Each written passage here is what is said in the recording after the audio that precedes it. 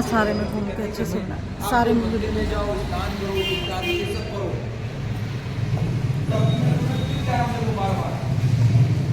सारी योनियों में 83,99,999 योनि के बाद एक योनि ऐसी है जो बड़ी दुर्लभ है। कौन सी योनि? मनुष्य योनि, जिसमें हम मनुष्य योनि में आप देखो, बाहर सांड घूम रहा है, गाय घूम रही है, वो बेचारे ठंड से बच रहे हैं, सर्दी हो गई वो बेचारे ऐसे ही खड़े। अभी पानी भर गया, वो बेचारा कहाँ बैठेगा? कहीं नहीं बैठ सकता, ना मकान में रह सकता है, ना रजाई में सो सकता है, कुछ नहीं, क्योंकि वो जानवर की योनि में। मनुष्य हमें सोचने के लिए बुद्धि दी है। यस्य बुद्धि बलम तस्य च, जिसके पास बुद्धि है उसी के पास बल है। आप सुंदर मकान में रहते हो, अच्छे कपड़े पहनते हो, अच्छा खाना खाते हो, क्या सही है क्या गलत है आपको ये सब कुछ पता है। अभी तुम सांड के आगे खड़े हो जाओ, वो तुम्हें उठा के पटक देगा, उसको नहीं पता मैं क्या कर रहा हूँ। तुम फिर उसको बोलोगे, फिर उठा के पटकेगा दोबारा, उसको नहीं पता कोई मर रहा है कोई जी रहा है, क्योंकि जानना चाहिए। इसलिए 83,99,999 के बाद जो एक उत्तम योनि बची है, जिसे मनुष्य योनि कहा गया है, ये बड़ी दुर्लभ है। इस योनि को पाने के लिए बड़े बड़े लोग संत महात्मा तरसते हैं, लेकिन ये तब भी प्राप्त नहीं होती। आज तुमने देखा होगा, जैसे केदारनाथ देख लो या महाकालेश्वर देख लो, वहाँ एक से पुजारी है, किसी को दर्शन नहीं हुए आज तक भगवान के साक्षात।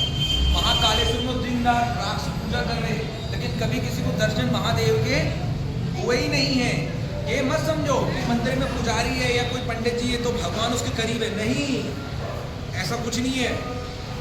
ऐसे ऐसे भक्त हैं जिन्होंने कभी कुछ करा ही नहीं था। पता है, एक ब्लाइंड था, एक अंधा था, वो भगवान शिव जी की रोज पूजा करता था, और बगल में मंदिर था, पुजारी से चिढ़ता था, यह रोज आ रहा है शिव जी की खराब है, पता उसको ठीक कर देगा। अब एक दिन को चला अंधा पीछे घूमने लेके आ गया, ऐसे शिव का भोलेनाथ था, उसने चढ़ा रहा था ओम नमः शिवाय, ओम नमः शिवाय। तो इन नलायक पुजारियों ने क्या करा, वो फूलों की थाली बदल दी, वहां रख दी मांस के टुकड़ों की थाली।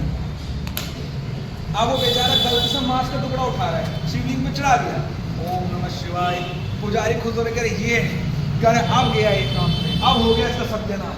दूसरा उसने टुकड़ा उठाया, वो भक्ति में इतना लीन था, उसको यही नहीं पता चल रहा मेरे हाथ में चिपचिपा क्या लग रहा है, चढ़ा दिया ओम नमः शिवाय, ओम नमः शिवाय। ऐसे करते करते उसने सारे टुकड़े 108 जोड़ी थे, भगवान को शिवलिंग पे चढ़ा डाले।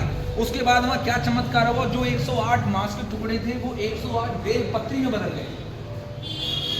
जब बेल पत्री में बदले तो वहां भोलेनाथ जैसे प्रकट हुए, और जो उनका जो तेज था, जो शक्ति थी, जो पुजारी देख रहे थे।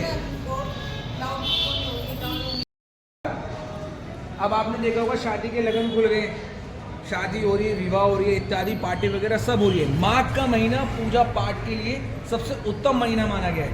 इसमें आप पूजा पाठ करो, गृह प्रवेश करो, इत्यादि करो, इसका फल आपको बहुत पुण्य, बहुत महान बताया गया है। माघ के महीने में होता, पूस के महीने भी है। पूस के महीने में अगर किसी का बर्थडे आ गया, किसी की शादी की वर्षगांठ आ जाती, तो आप उसमें करा सकते हो। बाकी शादी वगैरह विवाह सब इत्यादि बंद होता है। तो ये है, अब माघ का महीना खूब इसमें करो, इत्यादि करो, धर्म कर्म करो, इसमें दान का विशेष महत्व, तिल का महत्व। माघ के में माघ का जो महीना होता है उसमें तिल का दान विशेष महत्व बताया गया है। आपने देखा होगा ना, तिल बढ़ते हैं, गज्जक रेवड़ी बढ़ती है, तिल बढ़ते हैं, तिल का बड़ा विशेष महत्व है इसमें। आप धीरे धीरे देखते क्या होगा, धीरे धीरे ये चली जाएगी, क्योंकि आप माघ के महीने में प्रवेश कर चुके हो। और अब इसके बाद क्या आता है, माघ के महीने के बाद फाल्गुन, जिसमें होली आती है।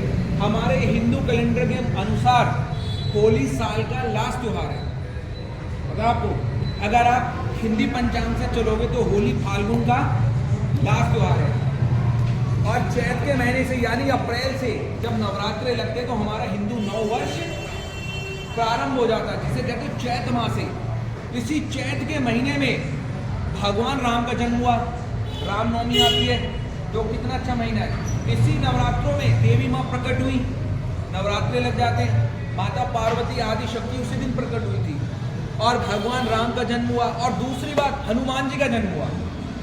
भजन सुना ना, चैत सुधी पूरन मंगल में जन्म बीन ने पाया। हनुमान जी का जन्म भी इसी दिन हुआ, चैत माह से मंगलवार के दिन।